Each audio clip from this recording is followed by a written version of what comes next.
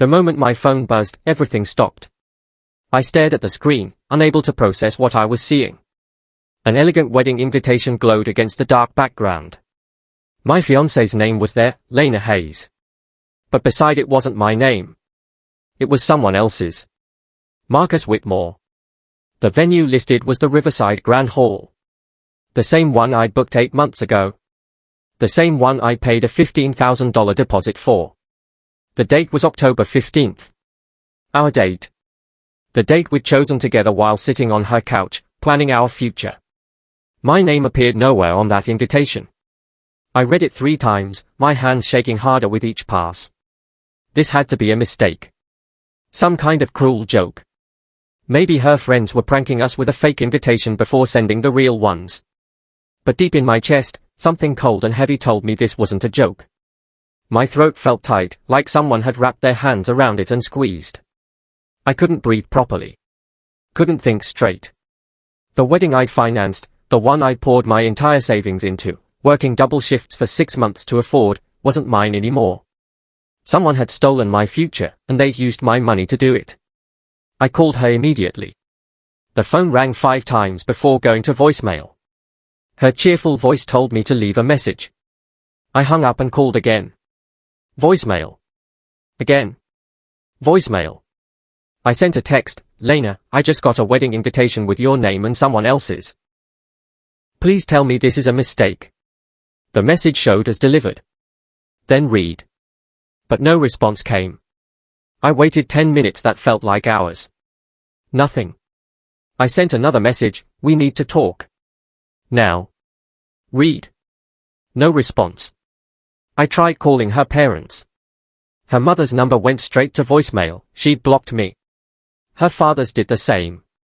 Panic started replacing confusion. This was real. Whatever was happening, it was actually real. I reached out to mutual friends. 3 didn't respond. 1 replied with, "Man, I'm so sorry. I thought you knew." Another said, "This is really awkward. Maybe just move on." Move on? From what? Nobody would tell me what was actually happening. They were avoiding me like I'd done something wrong, like I was the problem. 2 weeks before what was supposed to be our wedding ceremony, the woman I'd planned to spend my life with had ghosted me. Completely erased me. And everyone seemed to know something I didn't. I drove to the bridal shop where we'd ordered Lena's dress. The one I paid for in full, $3,000. My hands gripped the steering wheel so tight my knuckles turned white. I needed answers, and I needed them now. The clerk's face lit up when I walked in, then immediately fell. Her smile faltered, replaced by something that looked like pity mixed with fear. "Oh," she said quietly, glancing at her computer screen. You're the other fiancé." The other fiancé. Like I was some kind of mistake. Some footnote in someone else's love story. "I'm the person who paid for the dress," I said, my voice coming out harder than I intended. "Lena Hayes. Where is she?" The clerk shifted uncomfortably. "Sir, I really can't discuss other clients' information." "But..." She lowered her voice, looking around to make sure no one else was listening. "The dress was picked up last week. By the bride and her new groom." Something inside my chest cracked.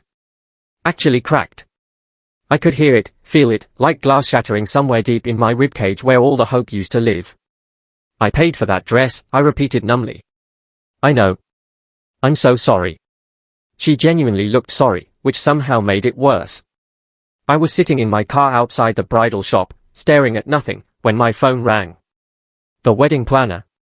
Amanda Fisher. The woman I'd hired and paid a $5,000 planning fee to. "Mr. Carter," she said softly. "I need to speak with you about something urgent." "What now?" I asked, too tired to hide the bitterness. "There's been an issue with the final payment records. The groom's name on file has changed. All the vendor contracts still list you as the primary pair, but someone tried to change the groom information to Marcus Whitmore." She paused. "I thought you should know before the wedding next week." Marcus Whitmore. That name again. Who was he? "Marcus Whitmore," I repeated. "Who is that?" "I was hoping you could tell me." "He's listed as the new groom, but legally, you still own all the contracts since you made all the payments. Another pause. Mr. Carter, you aware that your fiancée is planning to marry someone else using the wedding you paid for? That's when rage finally found its spark. Not just hurt anymore. Not just confusion. Pure, focused anger that burned away the fog of disbelief. Tell me everything, I said. I drove straight to Amanda's office. She had everything laid out on her conference table like evidence at a crime scene. Contracts. Invoices. Emails. All with my name. My signature. My credit card information. Look at this, Amanda said, sliding a document across the polished wood.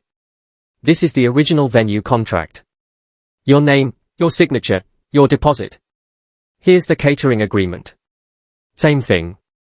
Photographer, florist, DJ, everything. You're the legal owner of this entire event. I picked up the venue contract, studying my own signature. Then I noticed something.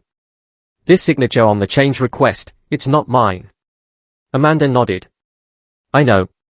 Someone forged it trying to transfer everything to Marcus Whitmore. But they did it sloppily. The dates don't match and they forgot to change several documents. Legally, you still control everything. Who is Marcus Whitmore? I asked. According to my research, he's Lena's ex-boyfriend from college. They dated for 3 years before you two met. Apparently, they reconnected 6 months ago. 6 months. While I was working overtime to pay for our dream wedding, she was reconnecting with her ex. While I was tasting cake flavors and choosing flower arrangements, she was planning to replace me. So she's stealing my wedding, I said flatly. And your money, Amanda added. Every penny you spent is going toward her marriage to him. Amanda pulled out more documents. I suspected something was wrong when I got contradictory requests. Lena kept asking to change details but insisted I not contact you about it. She said you were too stressed with work to be bothered. Amanda's expression hardened. I've been in this business 15 years. I know the signs of something dishonest. Why didn't you tell me sooner? Because until today, I wasn't certain. And professionally, I have to be careful about client confidentiality. But when I saw the forged signatures and the name change attempts, I knew I had to warn you. I sat back in my chair, processing everything. Every vendor contract had my name. I had paid for everything, venue, food, flowers, music, photography. Legally, I owned the entire event. What are my options? I asked. Amanda leaned forward. Legally? You can cancel everything and get partial refunds. Or? She paused, a slight smile playing at her lips. You could let them think everything is proceeding as planned, and then exercise your contractual rights at the most impactful moment. Something in her tone told me she'd dealt with similar situations before. You mean sabotage their wedding? I mean enforce your legal contracts, she corrected.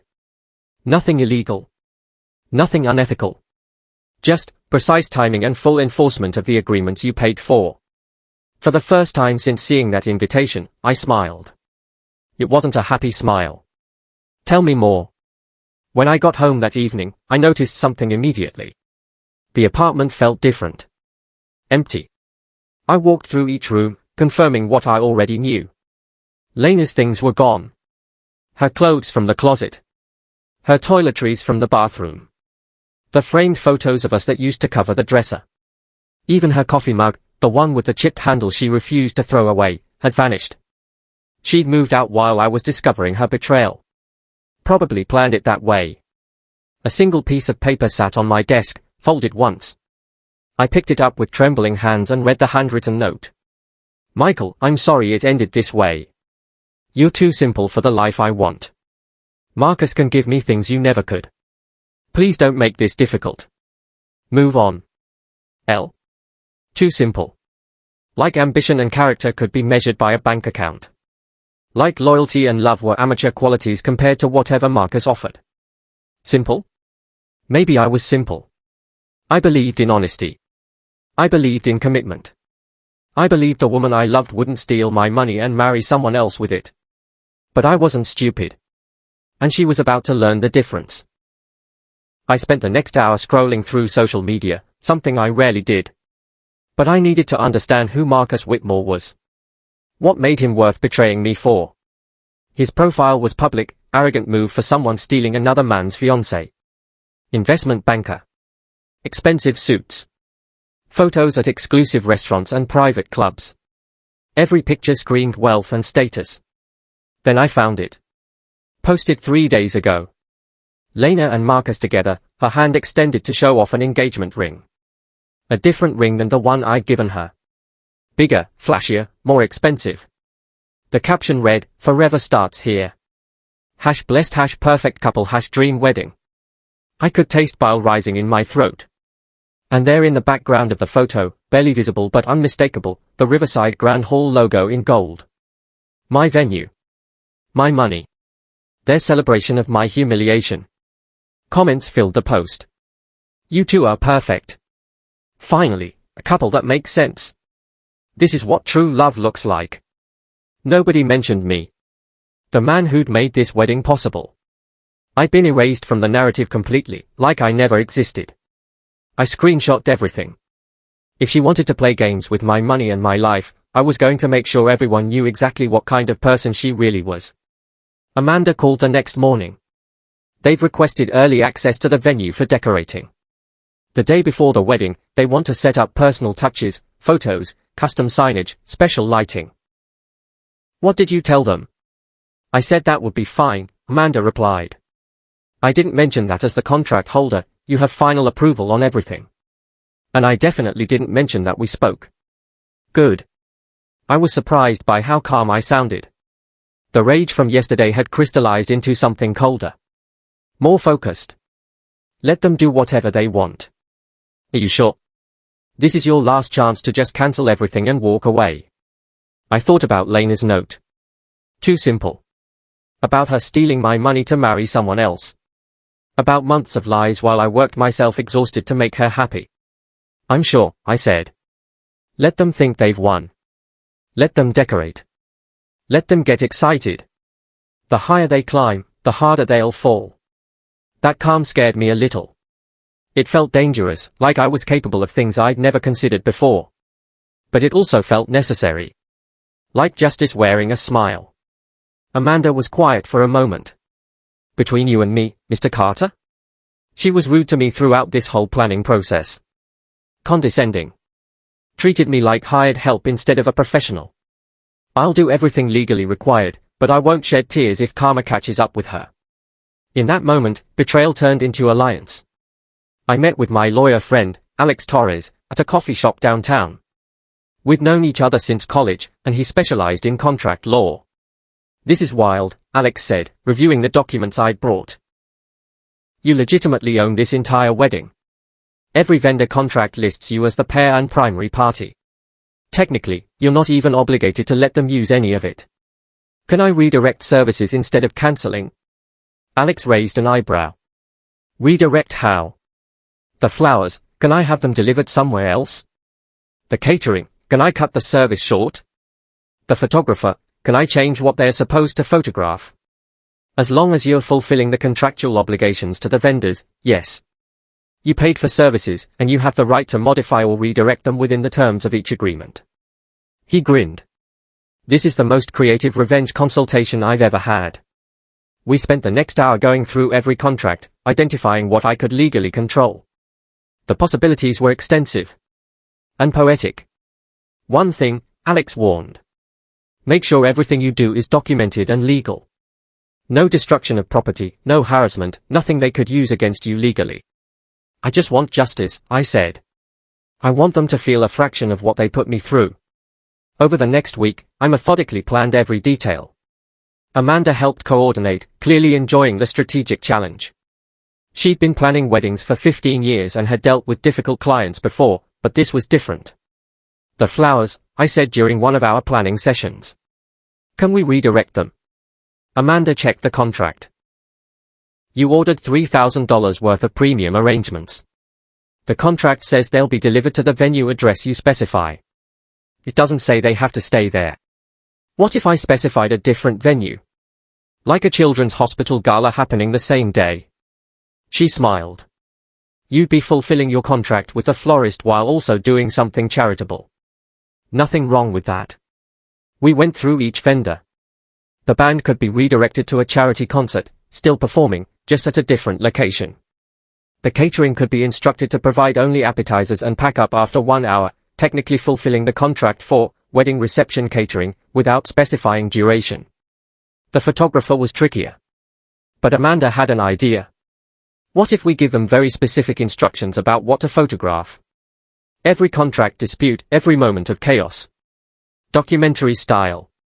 That's brilliant, I said. Everything stayed under contract. Nothing illegal. Nothing technically unethical. Just creative interpretation of agreements I'd paid for. I visited the Riverside Grand Hall one last time before the wedding. The events coordinator greeted me warmly. Mr. Carter. Good to see you. Are you excited for the big day? Everyone still called me the groom. Nobody had officially informed them otherwise.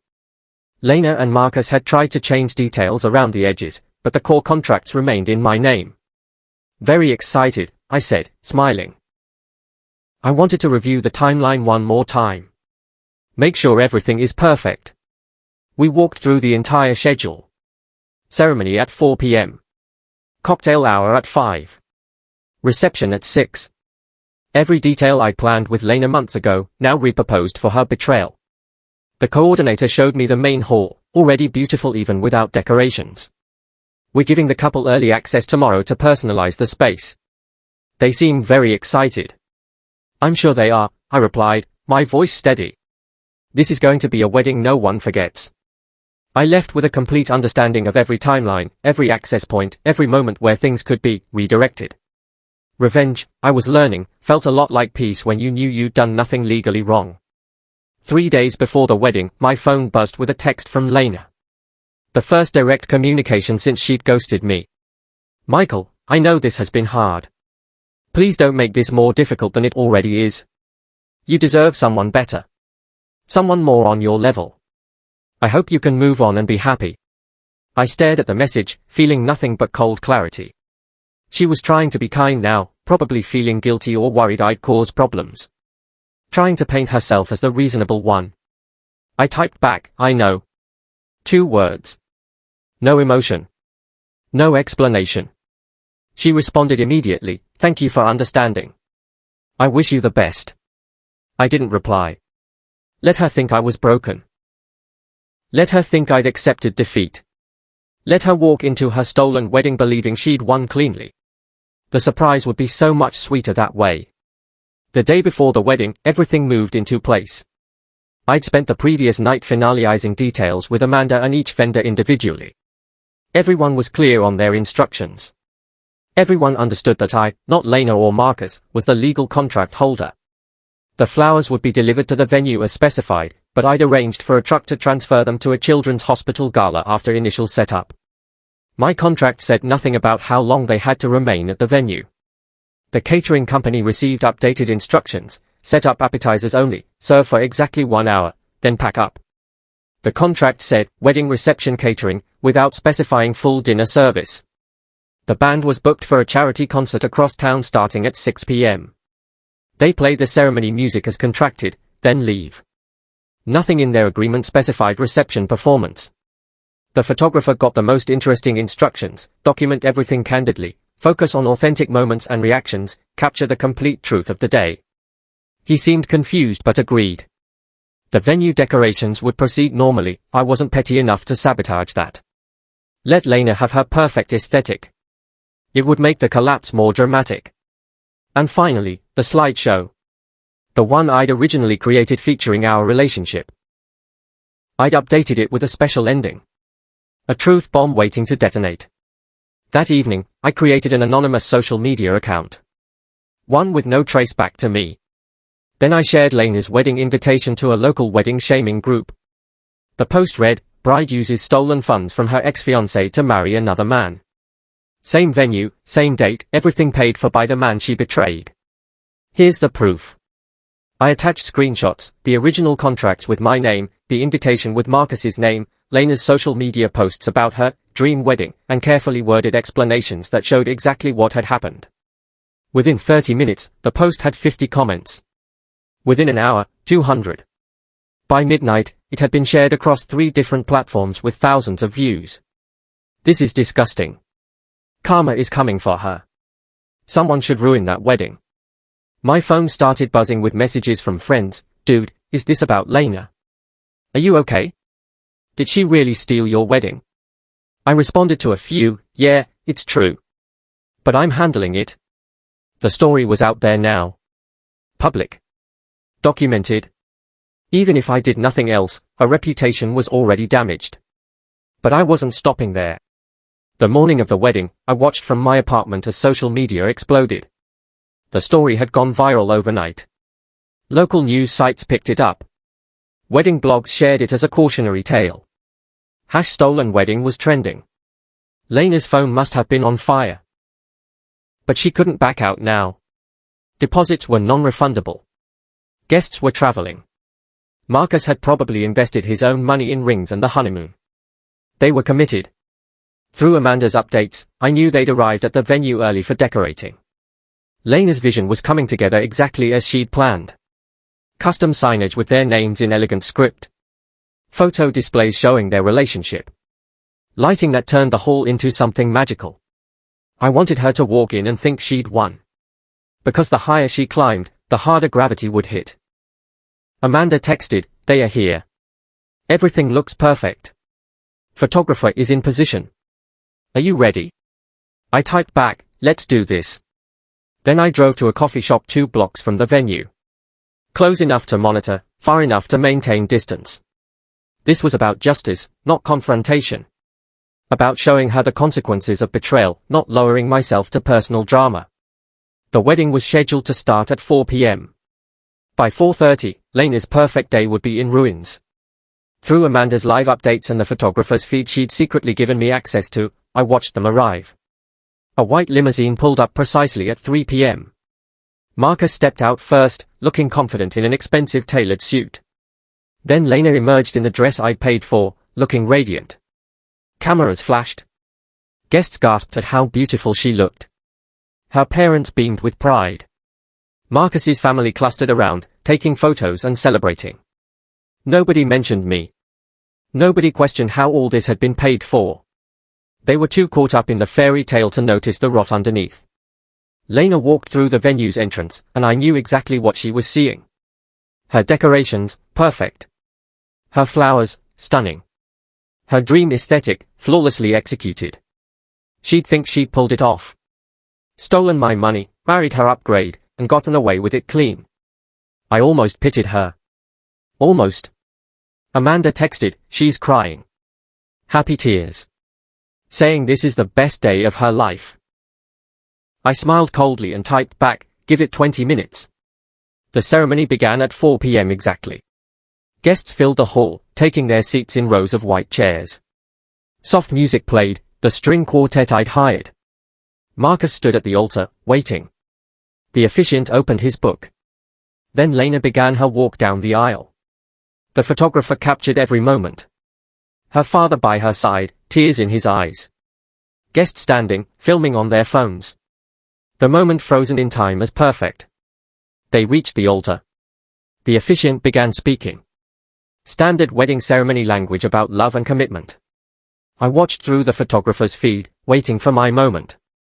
Before we proceed with the vows, the officiant said, "The couple has prepared a special presentation to share their journey together." The lights dimmed. A screen descended from the ceiling. The slideshow I'd created months ago began to play. Except I'd updated it. The first photos showed Lena and me. Our first date. Our first vacation. The day I proposed. Happy moments when I believed she loved me. Guests shifted uncomfortably, recognizing this wasn't supposed to be part of the show. Then the images changed. Bank statements showing my payments for the venue, the dress, every detail. Text messages where Lena told me she loved me while secretly planning her exit. Her social media posts with Marcus, dated months before our breakup. The final slide appeared in bold letters. This wedding was paid in full by Michael Carter, the fiancé Lena betrayed. Every flower, every meal, every moment, funded by the man she erased. The room erupted. Gasps echoed through the hall. Someone screamed. Phones came out immediately, filming the disaster unfolding. Lena's face went from radiant to horrified in seconds. Her mother stood up, shouting, "Turn it off!"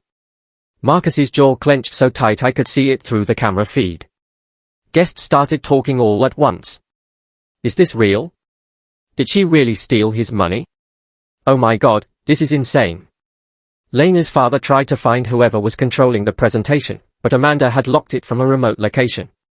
The slideshow played its entire 3-minute loop before finally stopping. The damage was done. Everyone in that room now knew the truth. The perfect couple was a fraud built on betrayal and theft.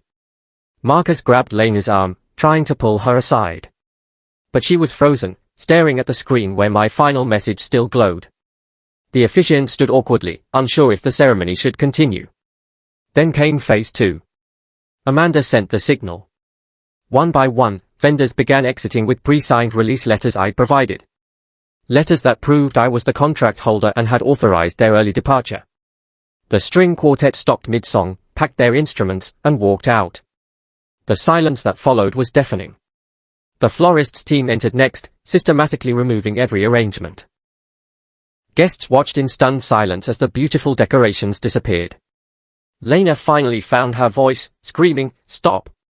You can't do this." The head florist showed her my authorization letter. These flowers were paid for by Mr. Michael Carter. He's redirected them to St. Mary's Children's Hospital for their annual gala. We're fulfilling his contract. Lena turned to Amanda, who stood calmly in the corner. You did this. You sabotaged my wedding. I facilitated the legal contract holder's wishes, Amanda replied evenly. Everything I've done is documented and authorized. The caterers rolled out their service carts, taking the appetizers that had just been set up. We're contracted for 1 hour of service, which has concluded, the catering manager explained, showing Lena his contract. My signature at the bottom, clear as day. Marcus tried to intervene. This is insane. Someone call the police. And tell them what? Amanda asked. That the person who paid for your wedding is exercising his legal rights to his own contracts. No laws are being broken here.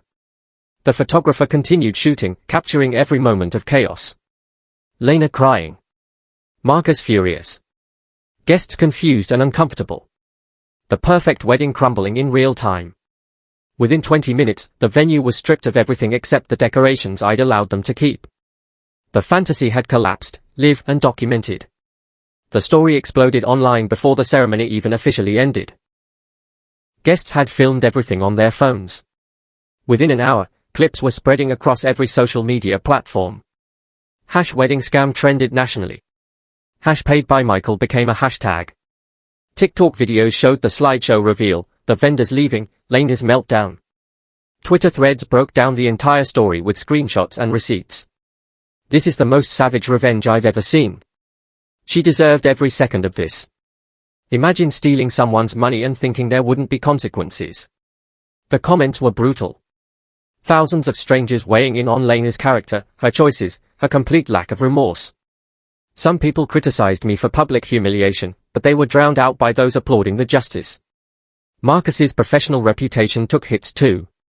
Investment bankers aren't supposed to be involved in financial impropriety, even personal financial drama. His firm's name appeared in enough threads that someone from their PR department eventually issued a statement distancing the company from his personal matters. The perfect couple had become an international meme. Their faces plastered across wedding shaming groups, revenge story compilations, and even a few news articles about the modern dating disasters. I didn't have to say a word. Truth had gone viral all on its own, and it was more effective than anything I could have written. I was sitting in that coffee shop 2 blocks away when she found me. I don't know how she knew I was there. Maybe Amanda told her, or maybe she just guessed. But Lena walked through the door, still in her wedding dress, makeup streaked with tears. The barista and other customers immediately recognized her from the viral videos. Phones came out again. More documentation of her consequences. Why, she demanded, her voice breaking. Why did you do this to me? I looked up from my coffee calmly. I'd prepared for this moment, knowing she'd eventually confront me. I didn't do anything to you, Lena. I simply exercised my rights to contracts I paid for. You ruined my wedding. You humiliated me in front of everyone. No, I said quietly. You ruined your own wedding when you stole my money to marry another man. You humiliated yourself when you forged signatures and lied to everyone. I just made sure people knew the truth. She opened her mouth to argue, then closed it. What could she say? Everything I'd done was legal. Everything I'd revealed was factual. You're vindictive, she finally spat. Petty. Small. I stood up, meeting her eyes. Maybe. But every lesson costs something, Lena. Consider this your tuition for trying to betray someone who trusted you completely. I walked past her toward the door. Behind me, I heard her collapse into sobs. But I didn't look back. 3 days after the wedding disaster, I got an unexpected call from a producer at a streaming documentary channel. They specialized in real-life drama, and they'd been following the viral story. Mr. Carter, we'd like to purchase the rights to your story. We're producing a series about financial betrayal in relationships, and your case would be perfect for an episode. The offer was substantial. $50,000 for full interview access, story rights, and permission to use the documentation I'd compiled. I thought about it for exactly 30 seconds.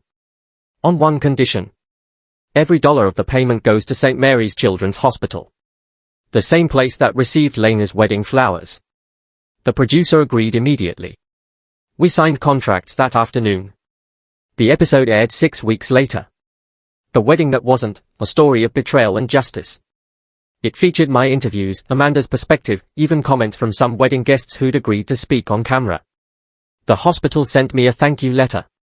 The $50,000 had funded new medical equipment for their pediatric wing. Lena's betrayal had accidentally funded something kind and meaningful. The irony wasn't lost on anyone. Especially not her. I used the aftermath to do something productive. Amanda and I partnered to create a small consulting agency, Recovery and Justice Services. We specialized in helping people recover from financial deceit in relationships. Turned out, my story wasn't unique. We heard from dozens of people who'd been similarly betrayed. People who'd paid for weddings only to be replaced. Partners who'd discovered financial fraud too late. Victims of romantic scams who didn't know their legal options. We helped them document their cases, understand their contracts, and pursue legal remedies. Not revenge, exactly. Just justice. Making sure people faced consequences for their betrayals. The business grew faster than expected. Word spread through social media.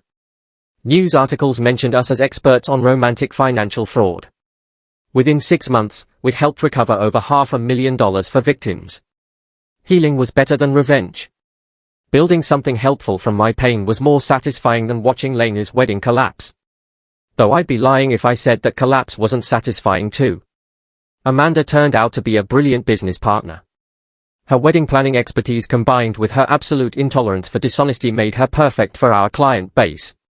And me? I was finally too busy helping others to dwell on my own betrayal. The pain faded gradually, replaced by purpose. One morning, about 4 months after everything happened, a letter arrived at my office. No return address. Handwritten envelope with my name in familiar script. I opened it carefully. Inside was a single page. Michael, I ruined my own life. Marcus left me 2 weeks after the wedding disaster. Said he couldn't handle the public humiliation and didn't want to be associated with someone who'd steal from her ex. My parents barely speak to me. I lost friends. My reputation is destroyed. I'm sorry for what I did. I know you'll never forgive me, and I don't deserve forgiveness anyway. I just wanted you to know that you were right. Every lesson costs something. I'm paying that cost now. Lena. I read it twice, then filed it in a folder labeled, Case Study, Hayes Whitmore Fraud. No emotion. No satisfaction. Just documentation. But I did frame one of the leaked wedding photos. The moment when the slideshow revealed the truth, Lena's face frozen in horror, the screen behind her glowing with my message. I hung it above my desk with a caption in simple text, best money I ever spent. And that was the truth. Not because revenge felt good, it did, but that faded quickly. Because that $50,000 for my story funded medical equipment that saved children's lives. Because my pain turned into a business that helped dozens of other victims find justice. Sometimes revenge isn't destruction. It's dignity served cold, transformed into something meaningful. Lena tried to erase me and steal my future. Instead, she gave me a better story to tell and a more important purpose to serve. The woman who thought I was too simple had underestimated exactly how complex justice could be.